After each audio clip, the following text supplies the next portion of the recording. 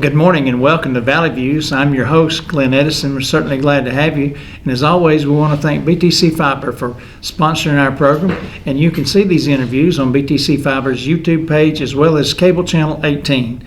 And today we have with us Miss Selina Sparkman, Superintendent of Bledsoe County Schools. So Miss Selina, well, thank you for being with us today. Thank you so much for having me. I really appreciate it. Well, good. And we got some information, some happy information, I guess is a good way to put it, for your schools. And why don't you start out telling us what it is?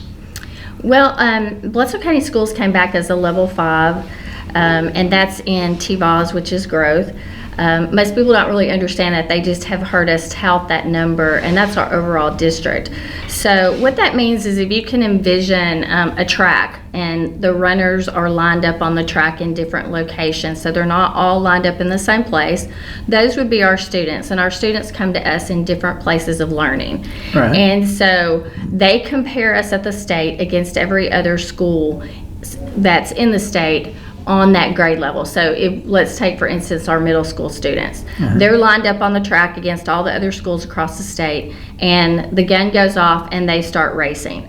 When that race is over with, how many times did we get around that track within the same amount of time as the rest of the schools? Oh, okay. And so the 5 is the best that you can be, and it means that we progressed further than the rest of the schools did. A 3 is what you would like. You'd like one lap around the track. But in our case, we're making more progress than the schools that are a typical level 3. Well, good, because I know in years past, a lot of rural schools didn't make much progress. It was just because they were rural, they didn't have the monies and the things to upgrade. And I know throughout the years, because I taught school for 30 years, so I know all the changes that have been made throughout the years, and more progress has been pushed. And so that's good that the rural schools can, because all the schools, even the bigger city schools that have more money than we do here in Bledsoe County, you're competing against them as well. So that gives you a good mark, saying, well, you're 5, we're 5. Well, our teachers have worked really hard, and so have our principals, and I think that's the thing that excites me the most, is that it's not about me, it's about the work that they've done and the work that the students have done. And they've gone into those classrooms and they've put in new strategies. We're helping students where they are. So it's not just one group of students, it's all of our students. We have intervention time that's set into our schedule. So let's say at the middle school they teach for an hour, then we have 30 minutes worth of intervention. So they test the students at the end of that hour. If they're not proficient on something, they haven't met mastery, then they move them into an intervention to help support them. If a student is showing that they've mastered that standard, then we're pushing them further in that same content. So it's broken up typically into 3 parts. The students who are struggling, the students that we feel are right there but just need a little bit more support, and then our advanced students. So no student is being left out. We're continuing to try to grow every aspect of our student body because we're being held accountable for that. And those aren't numbers that I'm making up. Those are numbers that are pushed down from the state. And in that case, no matter where you are on that level, if you progress, you progress. Right. So that's helping all your students. Well, and I know TVAS is probably a new term for a lot of people here. Reward schools are not. I think Mary V. Wheeler has been a reward school several times. Pikeville Elementary has been a reward school. And the reward status has not come out yet. I believe that the state votes on that for approval this month. But based off of our numbers, we're going to be extremely excited about how well our students have done as far as achievement and growth. So there is a difference. TVAS is based off of growth, and then we have an achievement number. So the state sets a number for us that our students have to meet, and if they meet that, then we've met our goal for that. And so it combines several different things. When you're a reward school at high school, it's based off of graduation, chronic absenteeism, achievement and growth, and some other indicators. Then you go to middle school and that's based off of something totally different, and then elementary. But the growth and achievement are always there.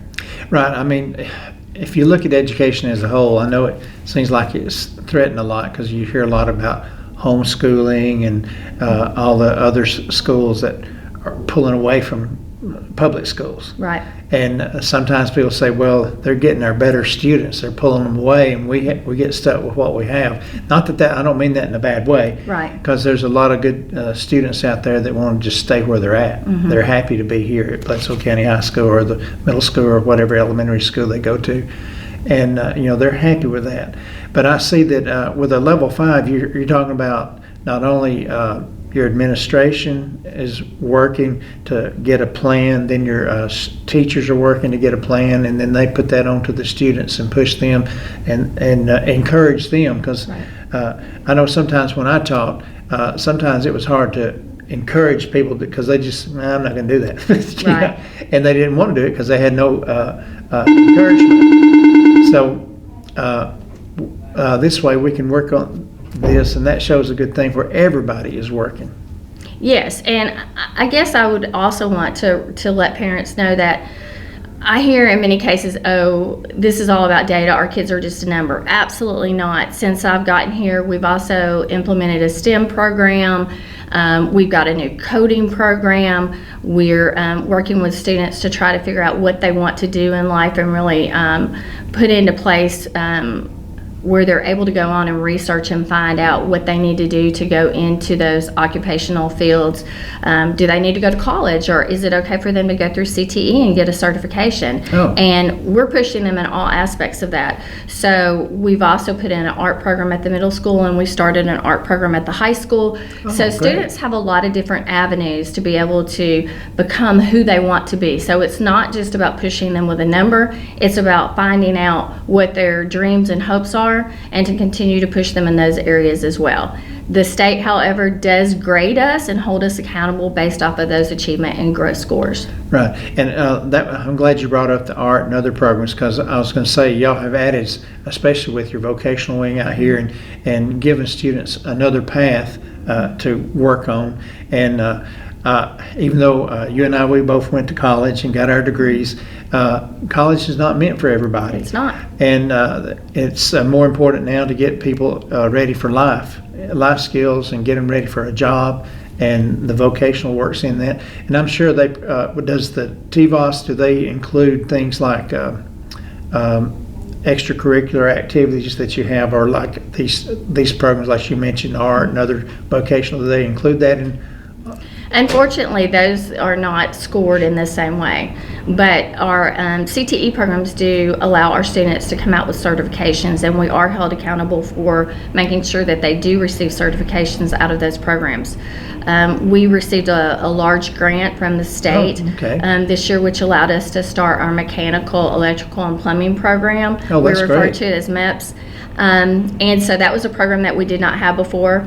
We also looked at the fact that our ag program has been really successful, but our students didn't have a way to really do agricultural things like work on animals and learn how to give them vaccinations and things of that sort. So with that grant money, we're able to give Mr. Collier a barn. He is a 12-month employee, so that really helps, because now, he can maybe bring students on and help take care of animals in the summertime. Oh, that'd be great. And he's still constantly pushing his students through the Future Ag program as well, FAA. So I've had the privilege and the honor to go and watch them compete, and they're very impressive with their speaking skills, but we also want them to walk away with skills to be able to go into the ag field if that's what they want to do. And so a lot of our students are not going to be able to go to some of those speaking events and take that path, but they would be able to learn at the barn how to take care of those animals and do the things that they would need to do to go into farming if that's what they want. Yeah, that's nice, because there's a lot of things about farming. You don't just throw hay out and let the animals eat. There's a lot to it, Yes. And I know you've had a successful program with Mr. Collier. Lily Cagle was one of your fine examples. I know you have others. I don't recall their names, but I know Lily, and she's done real good at this, and just came back from Australia. Yes. And that was a good program for her, and she's doing well. And you can proudly say, well, that's one of ours. Well, it's a possibility for our students to earn scholarships and to be able to pay for their way to go to college. I know we're at the high school right now doing this interview, and Mr. Ridley is working hard on ACT scores for those students who do want to go to college. Since we are a distressed county, it's important for our students to be able to receive scholarships because some of these kids don't have parents who can afford to pay for them to go to school. So the higher we can get those ACT scores, the more options and opportunities they have. So we're trying to look at all aspects of how do we help our students, whether they're going through an academic path through college or whether they're going to gain these certifications and go straight into the workforce. And then, of course, we are working hand in hand with many of the businesses around here to ensure that our kids are getting opportunities. We're trying to grow our own teachers because across the state, we know that districts are losing teachers at a rapid amount. We have lost some teachers, but we've also very quickly been able to fill those positions. In some cases, we've had a waiting list for people who want to come and work for us, or teachers who have left and would like to come back to work for us because they figure out it's a great place. But with that, we started a Grow Your Own program. It's called the TAP program. And we're trying to help our students to learn what it's like to be a teacher. So we've started a teaching program right here at the high school. Well, that's neat. So we're excited about that. And I know a lot of people that I've seen over my years. Some think they want to go into teaching, then they get in and say, well, this is not what I want. But then others, they want to be teachers from the time they were entered school. And they do. I've had students that's all they wanted to do, and they become good teachers. Well, Ms. Cagle has said she's in charge of the TAP program, the teaching program, and she says that when she goes out and tries to recruit students to come in, some are like, well, I'll take the class. I don't know that I want to be a teacher. And then once they get in, they're finding that they absolutely love it, and they're thinking that could actually be a pathway for them. So, just being able to take part in it and being introduced into it is a main factor of how we can hopefully recruit more people into the teaching field. I know even with this program, this level 5 program that you have been awarded, people need to understand you don't have to be perfect at what you do. You just have to be able to learn and try to improve and work on things. Right, and I think that's the push that our teachers have had. We've also started an aspiring administrator program. When I got here, we didn't have people who wanted to go into administration, and we've worked hard to start this program and start to prepare people and let them understand what the expectations are, what it's like, and we've pulled out some really good teachers to be principals within our schools, and we're recruiting those principals from within. But they had to see what that opportunity looked like, and also we've evaluated pay for the people within our district. The goal of the governor is that in 4 years our teachers will be up to $50,000 starting pay, but we also had to evaluate what did it look like for administrators, what did it look like for our paraprofessionals. So our board is adamant about making sure that people are being paid what they're worth, and I appreciate them taking the time to look at that and to also vote to ensure that we're keeping the very best people that we can based off of that pay. Well, that's good too, because I know as I was going through my years of teaching, a lot of people said, well, hey, I can make more money doing this. I said, okay, if that's what you want to do. Right. And I enjoyed my 30 years at teaching, and it was a lot of fun. And there were days like everybody's days, but I enjoyed my time. And it's when you I think a lot of teachers don't understand until their students have become adults.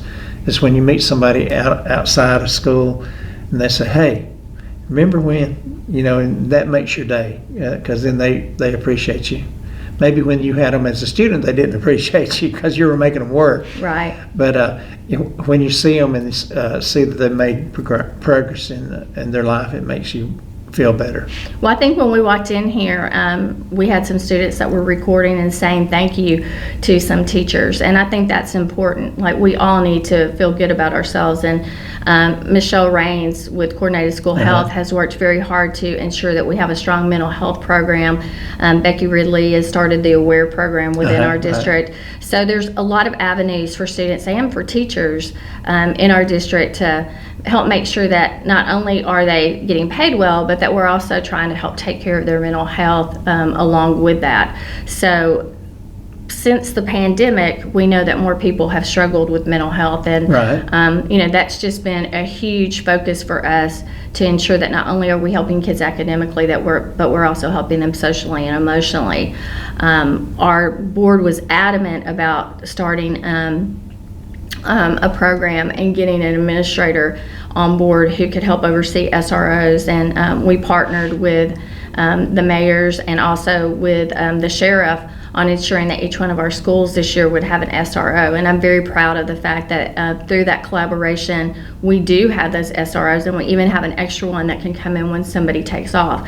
So our children feel safe within our schools. We found that out just through talking to them. I have student advisories in each one of the schools, and I meet with them on a regular basis. I try to get input from our students about what they want to see within their schools, as well as parents and then also teachers. But what I found from our students is they love the fact that they have a voice in helping to make decisions on what they would like to have in their schools. The art program is one of the things that was built out of that. The students told me, we would like to have art in middle school. And so we went about that and tried to figure out a way to do it and implemented it. And then the high schoolers said, we would like to continue that in high school. I know Mr. Ridley's also started a student advisory at the high school. So now he meets with that group and they help to make some of the decisions that are happening here as well. So we believe in a well-rounded child. It's not just a number on academics, but it's really how do we meet the needs of our students where they are. Well, that's good that you have those advisory boards, because I know a lot of times, as adults, we think on, like in education, we're thinking what we've been taught. And sometimes we forget about the students and how what they're thinking.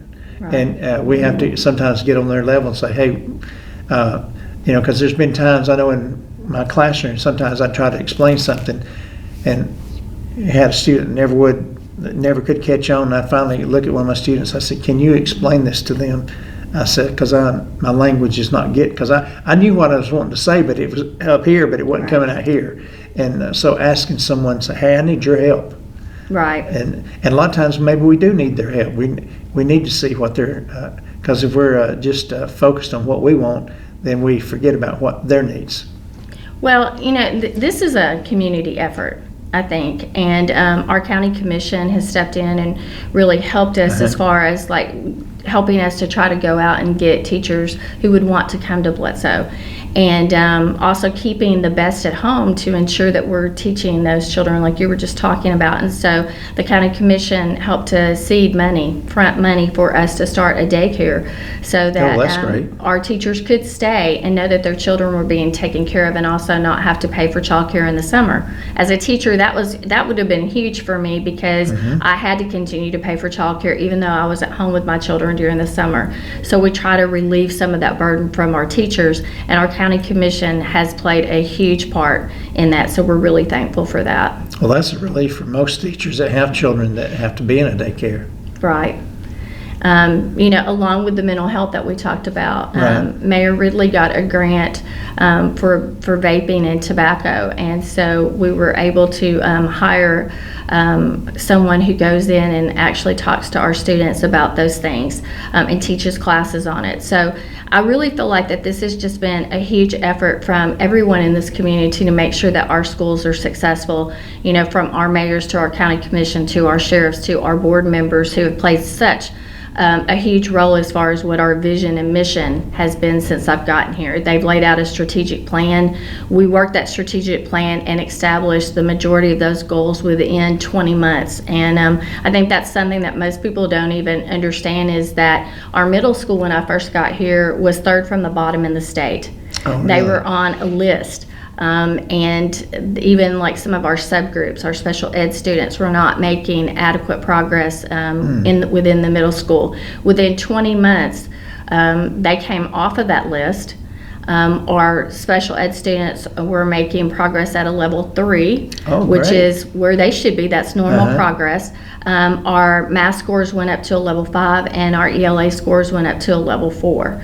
So the middle schools worked very, very hard, and they're doing great things there. So I'm really proud of the work that Ms. Kempton and the middle school teachers have done, because that's where it starts. Well, that's great. That's good stories to hear, and I'm glad that your community is surrounding you, because that makes your job a lot easier, and it makes this, when the faculty and staff know that everybody's not on their back, that when they do something, they're being supported and not being looked at and criticized all the time. I mean, I know it's going to happen no matter what you do, but when you have that kind of support, it makes your job a whole lot easier. Well, it does, and I feel like that I have a strong relationship with our teachers union. We just did a collaboration for a new MOU with them, and I think it went smoothly. I feel like that they walked away from the table feeling like that they were supported. We heard their voices. A lot of our veteran teachers felt like that they had been in a stagnant place for a long time as far as money was concerned. Our board looked at that and listened to them and gave our teachers that were at the top tier a raise as well.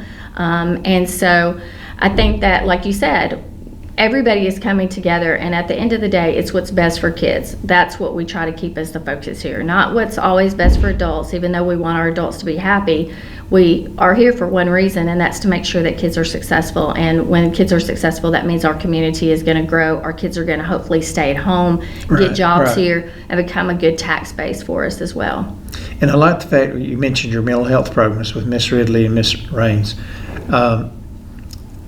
That has been long overlooked by a lot of people, our country as a whole, I guess.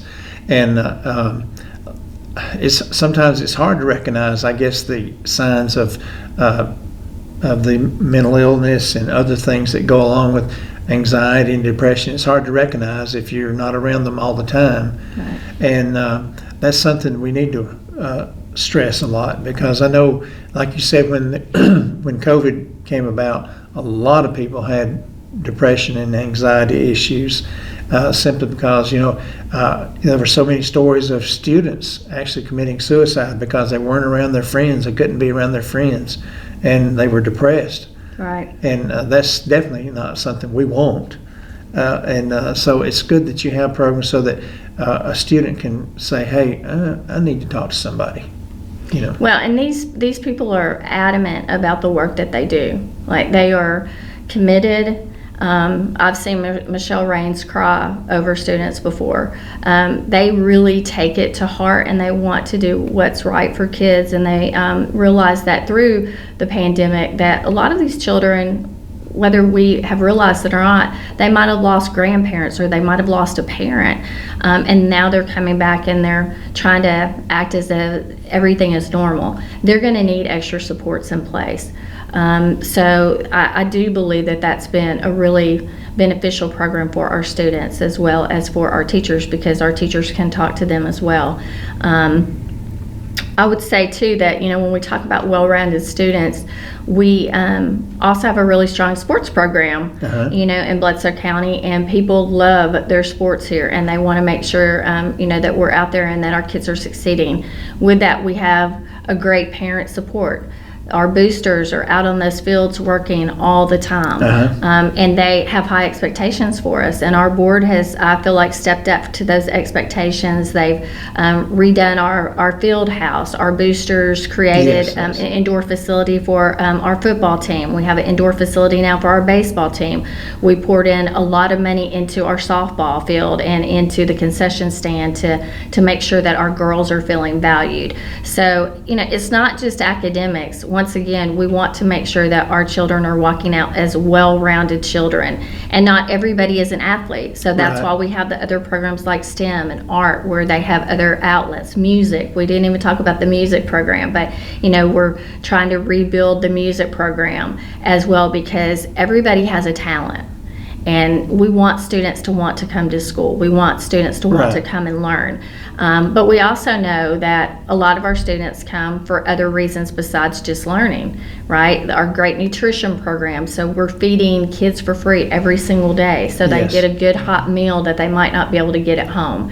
Those things, I think, are valuable. And we've tried to be a good partner to our community as well. When the mountains lost water, we tried to open up the schools and be able to provide showers for people who might not have been able to have a family member's house that they could go to, but they could possibly come here. We provided bottled water when they were not able to get water out of their wells. So we want to make sure that we're a partner to the community too. Well, that's good, because you're giving back, because they're giving you the trust to teach their children, and then you can give back to them saying, hey, we're with you, we want to help. Yeah, and I mean, like BTC Fiber is a part of this program, but it's people like BTC Fiber who have donated money and funds to make sure that our school are successful. We don't always want to ask them for money, but the one thing I will say is that the people in this community, the businesses in this community, are always asking me, what can we do to help? And that's impactful, that's meaningful.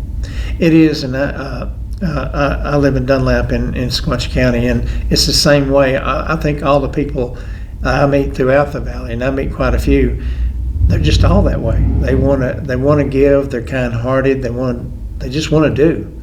Right. And that's it's nice to know that we live in a community that way, that we can depend on anybody. Really, we could ask anybody, hey, can you help me?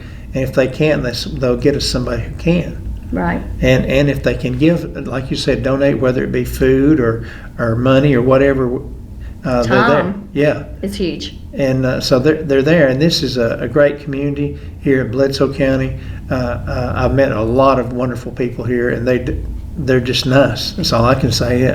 Nice is really probably not the best word to use, but they're just great people. Well, I've heard a lot about, well, I'm an outsider, and I guess I am an outsider. I'm not necessarily from this area, and I think that's helped me somewhat, because when I came in, for me, it's a vision about the kids. How do I make sure that the kids in this area are successful and can move forward with a great life? But at the same time, I've surrounded myself with people who have reached out to me and said, what can we do for you? How can we make you feel at home? And that's one of the reasons I love Bledsoe County, is that I might be an outsider, but I don't feel like people treat me as an outsider. Right. So it's warm, it's family. And that's what we tell people when we're out trying to recruit them into the teaching field to come here, is that once you get here, you'll understand how powerful it is and how people make you feel good. Well, and that's just a great feeling to have, because I know, like I say, I have a lot of friends up here as well, and being from Dunlap, but it's just nice to know that you can walk in, they say, oh, hey, hi, how you doing? They talk to you, and it's not like I guess, and technically I'm an outsider since I live in the other county, but it's just nice to know you have all these friends that they'll treat you nice. Well, I'm excited that you didn't wear your purple, because they might not have been nice to you. No, I try to watch what I wear when I come up here. We would prefer blue. Yeah. Well, I do have a blue hat, but I don't wear it in my interviews. Well, is there anything else you want to bring out that we haven't talked about in our interview? No, I think that you've given me an opportunity to highlight all the great things that are happening, and we're constantly working on more things that we think can be beneficial to our students and to our community, and I appreciate the opportunity for you to be able to give me this platform. Oh, that's no problem. I've been wanting to do this, for a while, and we've just never got our paths together, because you've been a busy lady. Oh. And but now we've finally got it together, and I hope this gets information out to the public, because that's what we want to do, and have everybody informed of what's going on. And so if they're not informed, they can be. Well, just so that you know and everyone else knows, our vision in this district is Warrior Excellence, and that's what we aim for at all times. Warrior Excellence. I like that. That's pretty neat. Thank you. Well, thank you again today. I appreciate it. Thank you. It's nice to meet you. It's nice to meet you. And again, you can see this interview on BTC Fiber's YouTube page and BTC Fiber Cable Channel 18. So until next time, have a great day. Hey everybody, this is Glenn Edison from Valley Views. We appreciate you watching our shows, and we would like for you to like, share, and follow us on Facebook, as well as like and subscribe to our YouTube page.